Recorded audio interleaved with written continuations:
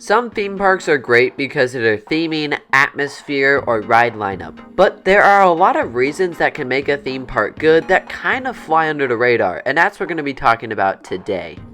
Starting with location. Having a good location for your park is absolutely crucial.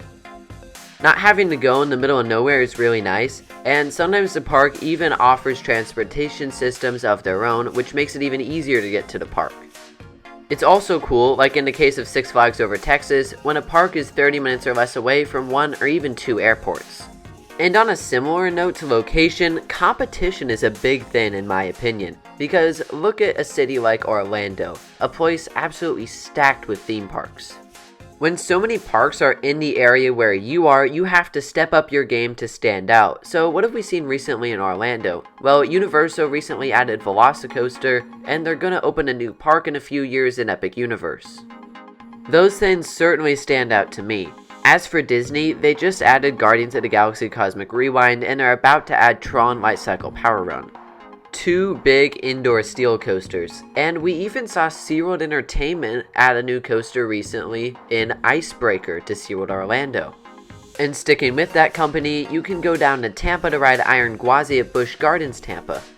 The point I'm trying to make is, when you have competition as a park, you have to do your very best to stand out and continue to improve, which often makes the park a lot better. One of the biggest things when you're visiting a park is their hours. How long are they open? How much time are you going to have to experience all the attractions? This is something that Disney in particular does a very good job at. They're typically open early with a late closing time, which means you have plenty of time to do what you need to do. This is really nice because you don't feel rushed when you're going through these parks. Parks that are open in shorter hours, sometimes it's kind of stressful to do everything you want to do. But besides park hours, let's talk about ride closures. Something that can make a park great is communicating when the rides close if they close early, and if they're not operating for the day, communicating that as well.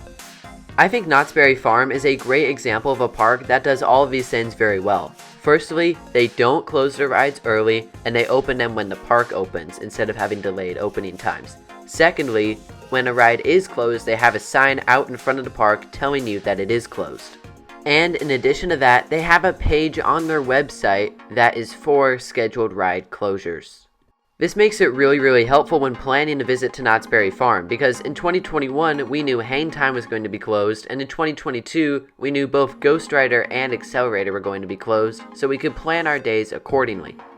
I think this Cedar Fair park is fantastic no matter how you slice it, but how they do the ride closures is a very good thing too.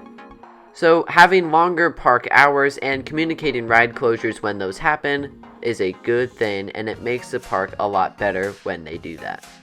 Okay, so now you're in the park. An important under the radar fact is the park layout. A good theme park layout like Disneyland can make your day more stress-free because you aren't worried about getting lost. A bad theme park layout can frustrate you and turn you around and get you all confused. It's not fun.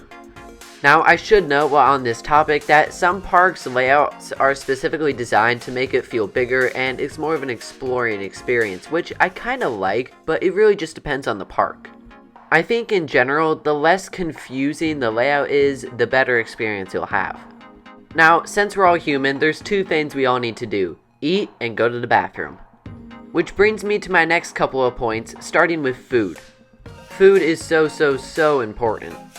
More specifically, having good and preferably somewhat healthy food. Just speaking from personal experience, when you have healthy-ish food at a theme park, it makes it a lot easier to get through your day in comparison to when you can't really find any healthy options. Food is probably the most crucial thing that most parks get wrong. And now to my second point. Bathrooms. Are there enough of them, and are they clean? If a bathroom is clean, it reflects a lot better on the park than the opposite of that. And if they're themed, even better. It's really nice when you go to a park that has plentiful bathrooms and they're clean as well. This partly leads into my next point, staff members. Things like operations are absolutely huge for me, because when trains are getting dispatched slow, it just slows down everything.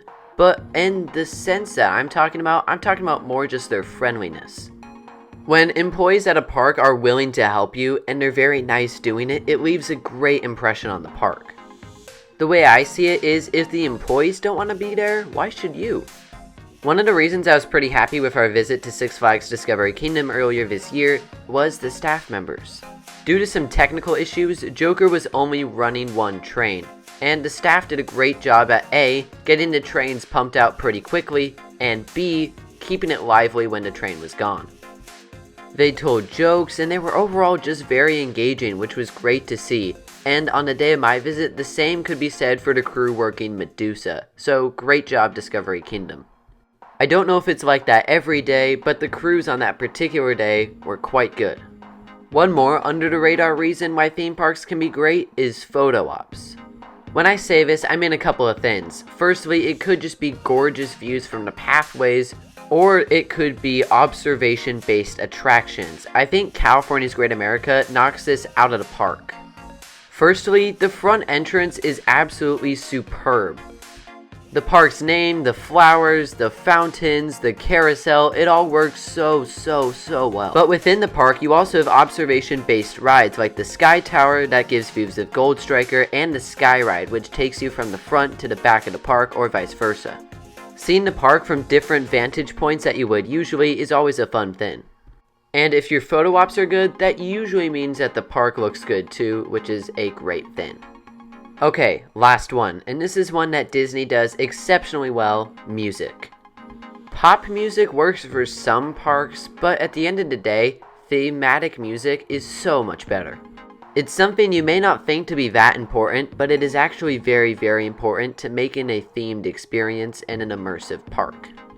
I mean, take for example, you would not want to play the same music in Galaxy's Edge that you would in Frontierland. It just doesn't make any sense.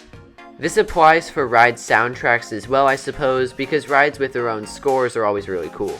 But those are just some things I thought of, and some under the radar reasons that can make a theme park great.